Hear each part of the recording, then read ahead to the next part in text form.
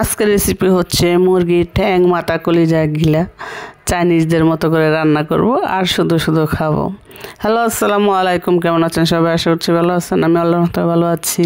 তবে আজকের রেসিপি হচ্ছে মুরগির ঠ্যাং মাথা কলিজা গিলা চাইনিজদের মতো রান্না করব আর মন মতো খাবো। তবে এইটা আবার অনেকে পছন্দ করে না, তবে আমার কাছে খুবই ভালো লাগে। তো চলেন সরাসরি রেসিপিতে চলে যাই। তো এখানে আমি 1 কেজির উপরে মুরগি ঠ্যাং মাথা কলিজা ঘিলা এবং পা নিয়েছি। আর আমার বাসায় আরও কিছু ছিল 2-1টার মতো, সেগুলো আমি ছিলে পরিষ্কার করে নিয়েছি। আমার কাছে মাথাটা ভালো লাগে না, তবে ঠ্যাং কলিজা ঘিলা এগুলো আমার কাছে খুবই ভালো লাগে, খুবই খুবই ভালো লাগে। আর এগুলো আমি তরতাজা একদম মুরগির দোকান থেকে নিয়েছি। তো আমি এখন রান্না বসিয়ে দিচ্ছি। পরিমাণ মতো সয়াবিন তেল দিয়ে দিচ্ছি। আমার সরিষার তেলটা ছিল না, তো আমি সয়াবিন তেল দিয়ে দিচ্ছি। আর তেলটার মধ্যে বেশ কিছু পেঁয়াজ আমি একটু হালকা বেরেস্তা করে নিব সবার আগে। তো আমি অফ ক্যামেরায় পেঁয়াজগুলোকে বেরেস্তা করে নিয়েছি। এখন আমি এই তেলটাতেই বাকি যে উপকরণগুলো আছে সেগুলো দিয়ে দিচ্ছি। এলাচ দিয়ে দিচ্ছি 4-5টা মতো, দারচিনি, তেজপাতা দিয়ে দিচ্ছি তেলটাতে, যাতে তেলের মধ্যে যে ফ্লেভারটা আছে এগুলো সেটা বেরিয়ে হয়ে আসে। আর এখন দিয়ে দিচ্ছি বেশ কিছু পেঁয়াজ কুচির এটার সাথে নেড়ে চেড়ে নিচ্ছি, হালকা করে ভেজে নিব। আর পেঁয়াজ বেরেস্তাটা আমি পরে ব্যবহার করব। এখন আমি পেঁয়াজটাকে নেড়ে চেড়ে এখানে আমি স্বাদ অনুযায়ী লবণ অ্যাড করে দিব। আপনারা যে যতটুকু লবণ খেতে পছন্দ করেন ঠিক সেইটুকুই দিবেন। তবে আমি এক্সট্রাভাবে কোনো ভাতের সাথে বা এমনি লবণ খাই না, আমি সেই অনুযায়ী আমি লবণ দিয়ে দিচ্ছি। এখন আমি রসুন বাটা দিয়ে দিচ্ছি 1.5 চামচের মতন। আর দিয়ে দিব হচ্ছে আদা বাটা আমি এখানে 1 চামচ দিয়েছি। দিয়ে আমি ভালো করে মশলাটাকে কষিয়ে নিচ্ছি। আর তার আগে আপনারা যে যেখান থেকে আমার ভিডিওটা দেখছেন প্লিজ সাবস্ক্রাইব করে দেবেন, আর ভালো লাগলে লাইক কমেন্ট শেয়ার করবেন।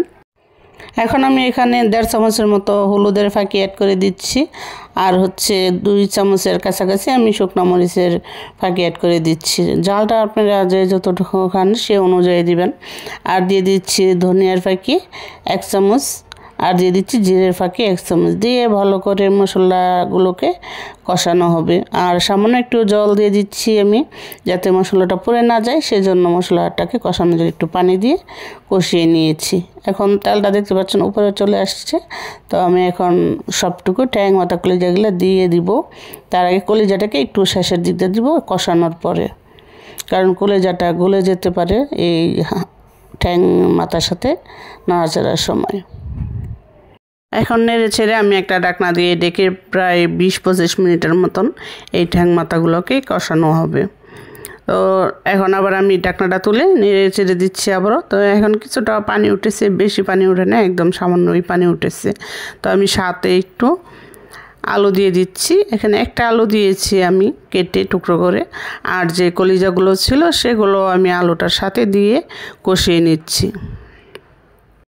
এখন আমি আবারও ঢাকনা দিয়ে ডেকে 10 মিনিটের মতো রেখে দিব। তারপর আমি আবারও নেড়ে চেড়ে দিব। এখন কলিজাটা দেওয়ার পর আরও একটু সামান্য পানি উঠেছে কলিজার থেকে, যেহেতু একটু পানি ছাড়ে, আর আলু থেকেও কিছুটা ছেড়েছে। তাই এখন নেড়ে চেড়ে আবারও কিছুক্ষণ সময় ঢাকনা দিয়ে ডেকে দিচ্ছি। তারপর আমি এটাতে নেড়ে চেড়ে একটু গরম পানি অ্যাড করে দিব। বেশি ঠান্ডা পানি দেব না, হালকা একটু গরম পানি দিয়ে আমি ঝোল দেব।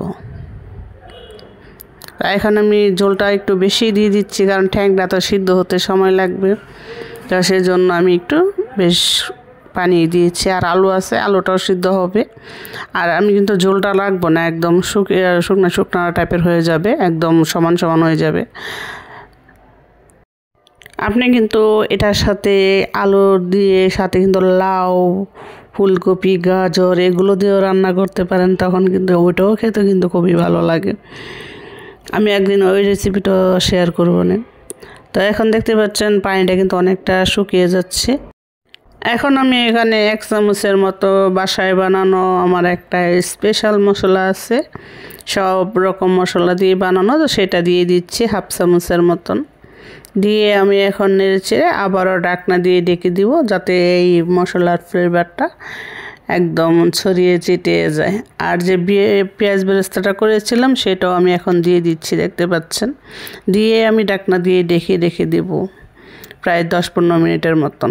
তো এখন দেখতে পাচ্ছেন কালারটা কিন্তু অন্যরকম হয়ে গেছে তরকারি। তো আমি এখন চুলাটা বন্ধ করে দিব।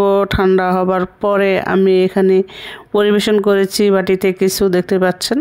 তো কালারটা কিন্তু খুবই সুন্দর লাগছে মাশাআল্লাহ, এবং খেতেও কিন্তু আলহামদুলিল্লাহ অনেক ভালো লাগছে আমার কাছে। এবার আপনাদের কাছে কেমন লেগেছে জানি না।